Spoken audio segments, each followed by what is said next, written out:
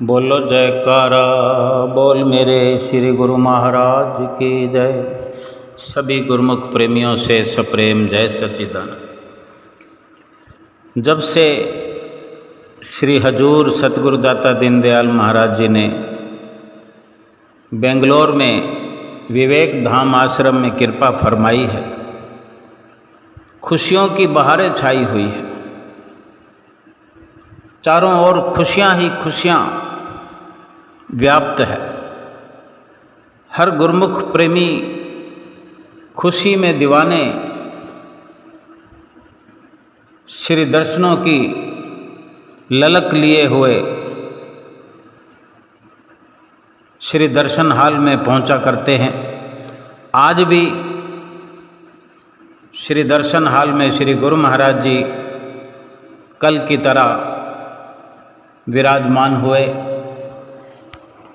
सभी गुरुमुख प्रेमी समय से पूर्व ही श्री दर्शन हाल में आना शुरू हुए। वहाँ बेंगलोर की संगत, आसपास से आई हुई संगत और दूर से आए हुए गुरुमुख प्रेमी भी श्री दर्शनों के लिए जो आए थे, श्री दर्शन हाल में सभी एकत्रित होते चले गए। हमेशा की तरह श्री गुरु महाराज जी सिंहासन पर आकर विराजमान हुए। श्री दर्शन हॉल पूरा भरा हुआ। आश्रम के हिसाब से संगत पूरी पर्याप्त मात्रा में श्री दर्शन हाल भरा हुआ और श्री गुरु महाराज जी ने सभी को हुक्मनामा दिया।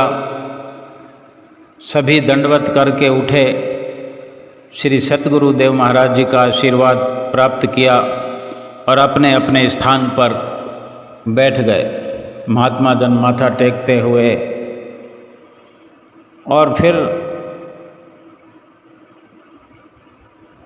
गुरुमुख प्रेमी दर्शनों का लाभ उठाते रहे। श्री गुरु महाराज जी को पीतांबर पहनाया गया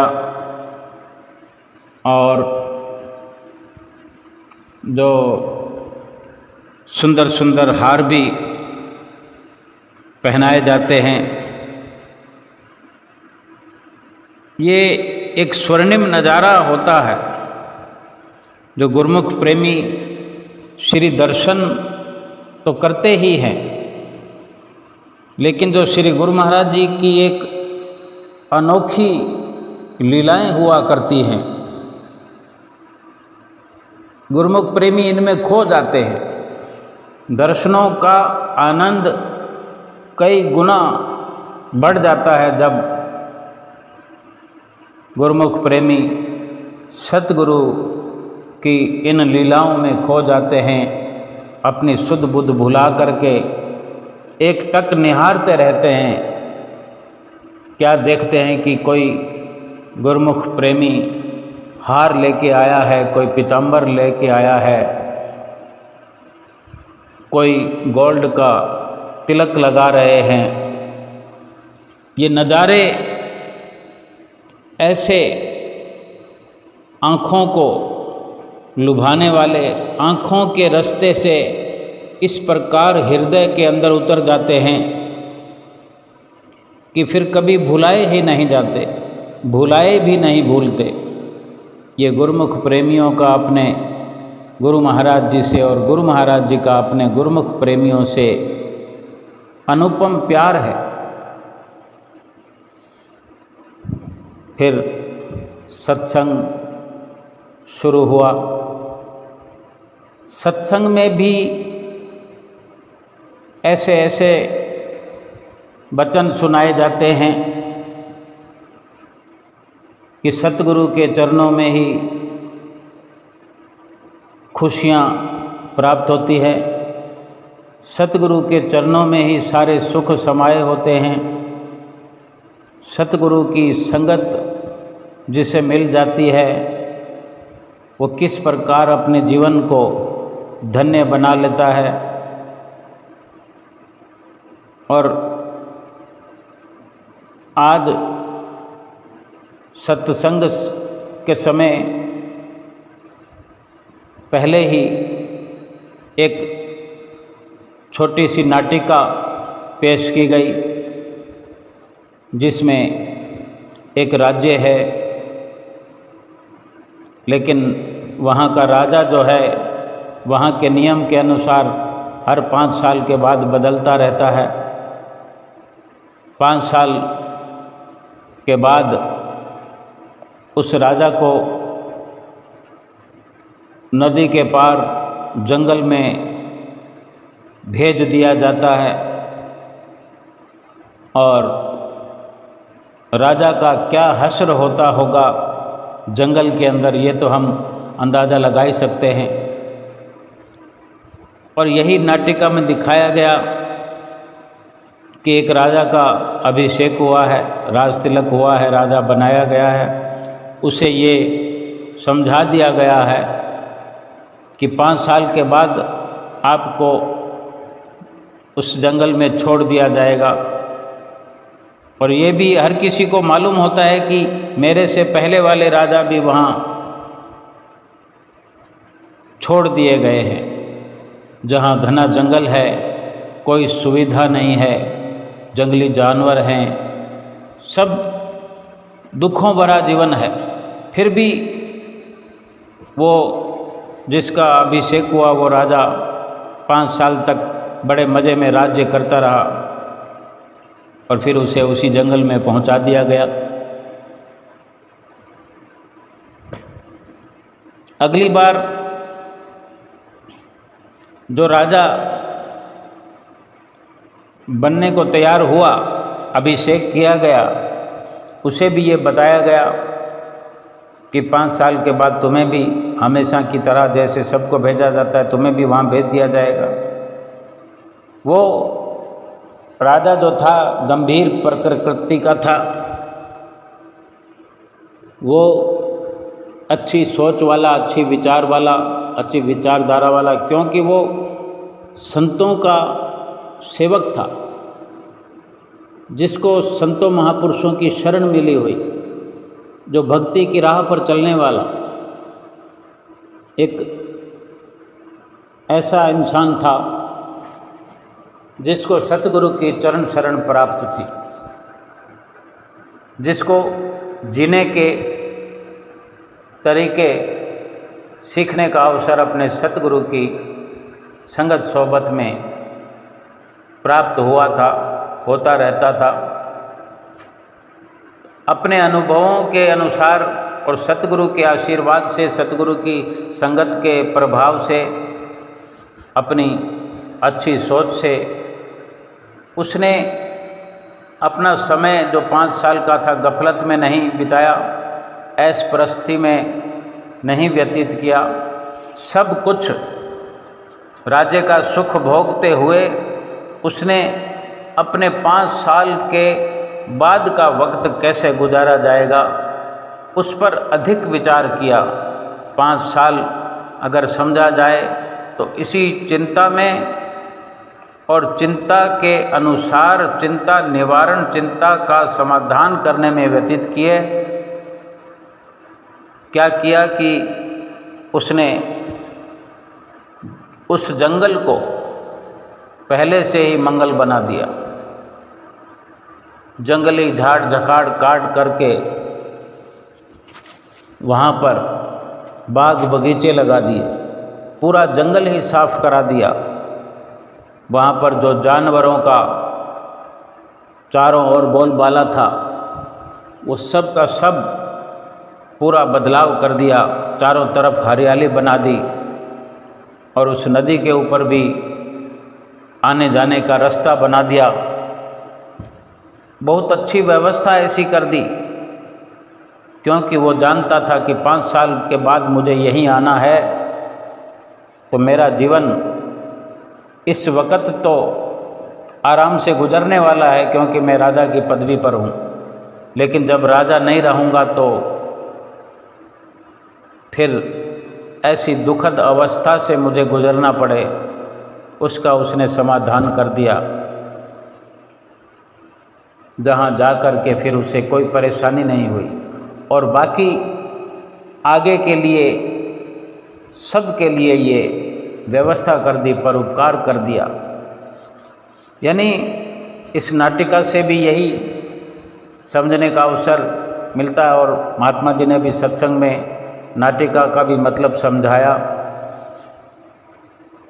कि जो संतों महापुरुषों की चरण शरण में नहीं आते, जिनको इस जीवन में संतों महापुरुषों की शरण नहीं मिलती,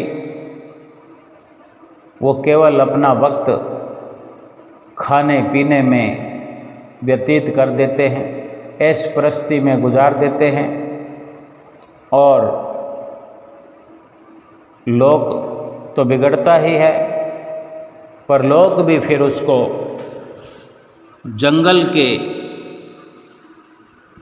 असुविधाओं की तरह गुजारना पड़ता है। यानी 84 लाख योनियों में जाना पड़ता है। ये 5 साल हम समझें कि हमारी ज़िंदगी है, ये ज़िंदगी हमारे 5 सालों की है कि इस ज़िंदगी के अंदर, उदाहरण के तौर पर 5 साल को हम इस ज़िंदगी को मान लेते हैं कि जिसने इन 5 सालों में अपने आने वाले परलोक के सफ़र के लिए सुविधा और असुविधा का ख्याल रखते हुए जिसने अपना समाधान कर लिया, यानी वक़्त के संत महापुरुषों की शरण हासिल करके, नाम की दीक्षा प्राप्त करके, भजन सुमरन ये सब करते हुए अपना जीवन व्यतीत किया, परलोक का धन इकट्ठा किया, उसका ये लोक भी संवरा और परलोक भी संवर गया। ये केवल गुरमुख जन ही इस संसार में ऐसे जीवन व्यतीत कर सकते हैं जिनको कि संतों महापुरुषों की चरण शरण हासिल है। बाकी संसार तो उसी राजा की तरह जीवन व्यतीत करते हैं कि केवल खाने और पीने में, पहनने में, सोने में, कमाने में, परिवार पालने में व्यस्त रहते हैं, मस्त रहते हैं, ऐश परस्ती में जीवन व्यतीत कर देते हैं, सोचते हैं कि यही खाना पीना और यही सब जीवन है। और फिर 84 लाख योनियों में जाना पड़ता है, 84 लाख योनियों रूपी जंगल में जाना पड़ता है, जहाँ हजारों लाखों करोड़ों कष्ट सहन करने पड़ते हैं। और फिर वहाँ से छुटकारा हो पाना नामुमकिन है, असंभव है। और जो गुरमुख प्रेमी होते हैं वो अपनी अच्छी विचारधारा से,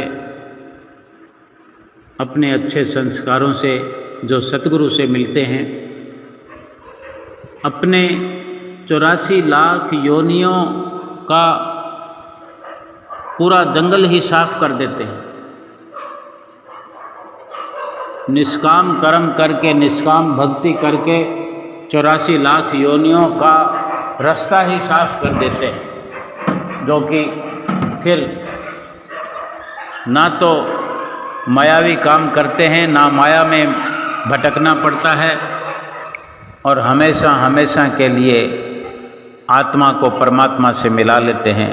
आओ आज का बेंगलोर विवेक धाम आश्रम का सत्संग सभी मिलकर सुनते हैं। श्री गुरु महाराज की जय। हम हमेशा सुनते आए हैं कि महापुरुष हमेशा अपने सेवकों के अधीन होते हैं। खाली सुनते थे, लेकिन प्रत्यक्ष प्रमाण बेंगलोर के प्रेमियों को देख करके मालूम होता है। ऐसी कोई खींच विवेक धाम और बेंगलोर के प्रेमियों की पड़ती है कि महापुरुषों को सारे प्रोग्राम छोड़ करके बेंगलोर का प्रोग्राम बनाना ही पड़ता है। ये महापुरुषों के सेवकों पर कितने उपकार हैं। प्रभु आए इस जगत में भरकर रूप साकार, जीवों के दुख हरण करो, जिया संत अवतार। महापुरुषों का अवतरण केवल परमार्थ के कारण सेवकों के कल्याण के हेतु ही हुआ करता है। जब भी जीव को दुख होता है, अशांति फैलती है, तो पूर्ण पारब्रह्म परमेश्वर श्री परमहंस दयाल जी महाराज जी के रूप में इस धरा धाम पर अवतार धारण करके आए और वही रूप आज विवेक धाम में ऊंचे सिंहासन पर विराजमान होकर के सभी गुरुमुखों को अपने पावन श्री दर्शनों से और पावन आशीर्वाद से निहाल कर रहे हैं।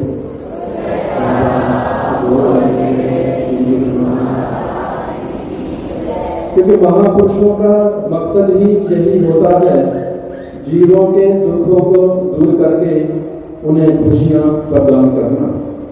आज भी दाता दयाल महाराज जी ने सुबह आनंद शिक्षा केंद्र में कृपा फरमाई।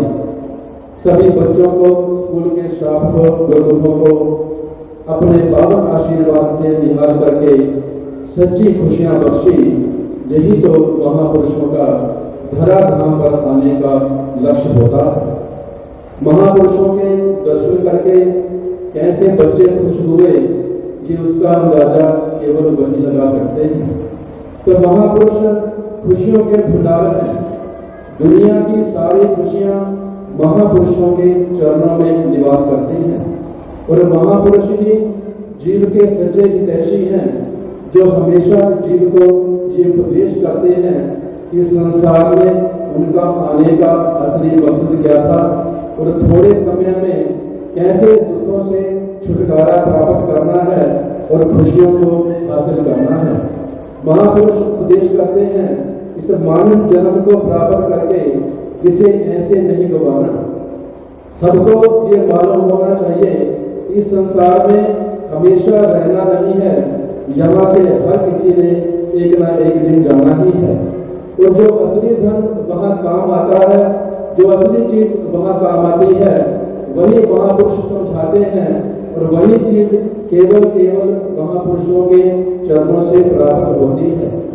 जो जीव अपने जन्म का मकसद नहीं जानते, जिन्हें महापुरुषों की चरण शरण प्राप्त नहीं होती, वो कभी भी असली धन को प्राप्त नहीं कर सकते जो परलोक में काम आता है। अभी हमने इस छोटे से नाटक में देखा, जब एक राजा को बनाया गया, किसी देश का राज दिया गया, तो उसे मालूम ही नहीं था कि मैंने 5 साल के बाद कौन से जंगल में जाना है। जब उसको राज्याभिषेक उसका किया गया तो उसे मालूम हुआ कि 5 साल के बाद मुझे जंगल में भेज दिया जाएगा और मेरा भविष्य क्या होगा वो अच्छी तरह जानता था। लेकिन फिर भी गफलत में पड़ा रहा, समय की कदर नहीं की, ना ही उसे संतों महापुरुषों की चरण शरण प्राप्त थी, जहाँ से जीव को ज्ञान की रोशनी प्राप्त होती है। और 5 साल वो राज्य करके उसको शिरजीतों की भेंट कर दिया गया। एक दूसरा आदमी था जो संतों महापुरुषों का सेवक था, उसे मानव जन्म की कीमत मालूम थी। जब उसका राज्याभिषेक किया गया तो उसने 5 साल के बाद जो उसका भविष्य होना था, उसने वही काम किया जहाँ पर पहले बार राजा गया था। उसने जंगल की सफाई करवा दी, क्योंकि उसे अपना भविष्य मालूम था कि 5 साल के बाद मुझे कहाँ पर जाना है। इसीलिए 5 साल में उसने वो काम कर दिखाया। जब 5 साल के बाद उसे राज्य छोड़ना पड़ा, आगे का जीवन भी उसका बिल्कुल सुखरूप हो गया। तो ये बुद्धि कहाँ से प्राप्त होती है? ये बुद्धि किसी बाजार से या किसी दुकान से नहीं मिलती, केवल समय की पूर्ण महापुरुषों के चरणों से प्राप्त होती है। आज हम संसार में देखते हैं जीव कितना दुखी है। किसी को तो तन का कष्ट है, किसी को दिमाग में टेंशन है, किसी की सुर्ती बिगड़ी हुई है, परिवार से उसकी अटैचमेंट है। संसार में हर इंसान दुखों से ग्रस्त हो रहा है। और इस संसार में सुखी कौन है? सुखी केवल गुरुमुख जन है, जो संसार में रहते हुए महापुरुषों की कृपा से ये युक्ति जानते हैं कि संसार में हमने कैसे रहना है। वो संसार के कार्य व्यवहार भी करते हैं, सारे रिश्ते नाते भी निभाते हैं, लेकिन उनकी स्मृति हमेशा महापुरुषों के चरणों से जुड़ी रहती है। महापुरुषों के चरणों से स्मृति जुड़ेगी कैसे? जो महापुरुषों ने अपने कृपा करके दरबार के लिए 5 नियम भक्ति के बनाए हैं, श्री आरती, पूजा, सेवा, सत्संग, सुमिरन और 2 घंटे का भजन ध्यान। जब गुरुमुख प्रेमी 24 घंटे इन 5 नियमों में लगे रहते हैं तो महापुरुषों की ऐसी कृपा बरसती है, उनकी स्मृति महापुरुषों के चरणों से जुड़ जाती है। जब हमेशा महापुरुषों के चरणों का ध्यान आएगा, संसार के पदार्थों का कोई ध्यान नहीं आता। जिसका ध्यान आता है वो स्वयं सुख रूप है, तो महापुरुषों का ध्यान करके जीव को भी सुख प्राप्त होना एक स्वाभाविक बात है। जब सेवक हमेशा भक्ति के नियमों में लगे रहते हैं तो उनका जीवन हमेशा हमेशा के लिए सुख रूप हो जाया करता है। महापुरुषों के चरणों में सेवक हमेशा यही विनती करते हैं कि हमारे अंग संग रहना, लेकिन महापुरुष भी यही फरमाते हैं, दरबार के नियमों की श्रद्धा से पालना करो, हम हमेशा आपके साथ हैं। जब गुरुमुख का महापुरुषों के चरणों में दृढ़ विश्वास पैदा हो जाता है, ऐसा विश्वास पैदा होता है जो कभी डोलता नहीं है। चाहे जीवन में कितना भी उतार चढ़ाव आ जाए, गुरुमुख समझता है मेरी इसी में भलाई है, जो हो रहा है मेरे भले के लिए होता है। जब गुरुमुख की ऐसी श्रद्धा बन जाती है तो महापुरुष भी अपने सेवकों की सारी जिम्मेवारी ले लेते हैं। महापुरुष सिर्फ यही चाहते हैं, दरबार के नियमों के बिना नागा एक भी नियम, एक भी दिन मिस नहीं होना चाहिए। श्रद्धा से पालना करते रहो, फिर किसी प्रकार की फिक्र करने की जरूरत नहीं है। एक प्रेमी लुधियाना का रहने वाला था, उसकी चंडीगढ़ में उसकी सरकारी नौकरी थी, लेकिन जब भी उसकी कुटिया में भंडारा होता था तो वह अपने साथ से वो छुट्टी लेकर के 8-10 दिन के लिए भंडारे का इंतजाम किया करते थे। महात्मा जी को भी उनके ऊपर विश्वास था और जब भी भंडारे का आयोजन होता तो भगत जी को कहते, आप आ जाओ, सारा बंदोबस्त आपने ही करना है। एक बार तो भगत जी के ऑफिस की इंक्वायरी ऊपर से आनी थी, तो उनके जो बॉस थे उन्होंने बोला इस बार आपने भंडारे पर जाना नहीं है। उधर से महात्मा जी का फोन आया है कि सालाना भंडारा है, भगत जी जल्दी पहुंचो। जब भगत जी ने एप्लीकेशन लगाई तो उनके बॉस ने नामंजूर कर दी। अब भगत जी की स्मृति तो हमेशा अपने सतगुरु के चरणों में लगी हुई थी। 2-3 बार अपने बॉस को विनती की, लेकिन बॉस ने बोला मैं हमेशा आपको छुट्टी देता आया हूँ, लेकिन इस बार मजबूरी है, आप नहीं जा सकते। वो भगत जी बड़े प्रेमी थे, अपने बॉस को बिना बताए जब भंडारे को 8 दिन रह चुके थे तो उसको बिना बोले अपनी कुटिया में चले गए। कहने लगे जो होगा देखा जाएगा, जाकर के सेवा तो कर लूं।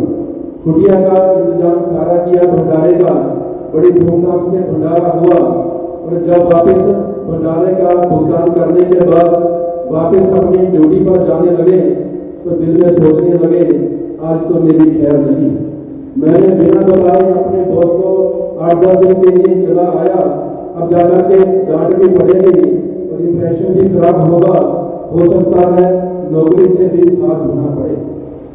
जैसे ही डरते डरते अपने ऑफिस में पहुंचे, जो उसके स्टाफ के सदस्य थे सारे भगत जी को बधाइयां देने लगे। बधाइयों भगत जी, आपने तो बड़ा कमाल कर दिया। भगत जी सोचने लगे ये सारे मेरा मजाक उड़ा रहे हैं, लगता है मुझे नौकरी से निकाल दिया है, तब ये सारे ऐसे बोल रहे हैं। भगत जी ने अपने मुंह से एक शब्द भी नहीं बोला और ऐसा चलते चलते जाके अपने बॉस के केबिन में पहुंचे। जैसे ही अंदर एंटर हुए, बॉस भी अपनी कुर्सी से खड़ा हो गया, जाकर के भगत जी को गले लगाया, कहने लगे भगत जी आपने तो बहुत बड़ा काम कर दिया है, अगर आप ना होते तो आज हमारे को बड़ी मुश्किल हो जानी थी। जितने भी इंक्वायरी करने वाले ऑफिसर आए थे वो सारे बड़े खुश होकर के गए हैं। भगत जी ने सोचा सारा स्टाफ भी मेरा मजाक उड़ा रहा है, अब बॉस भी मेरा मजाक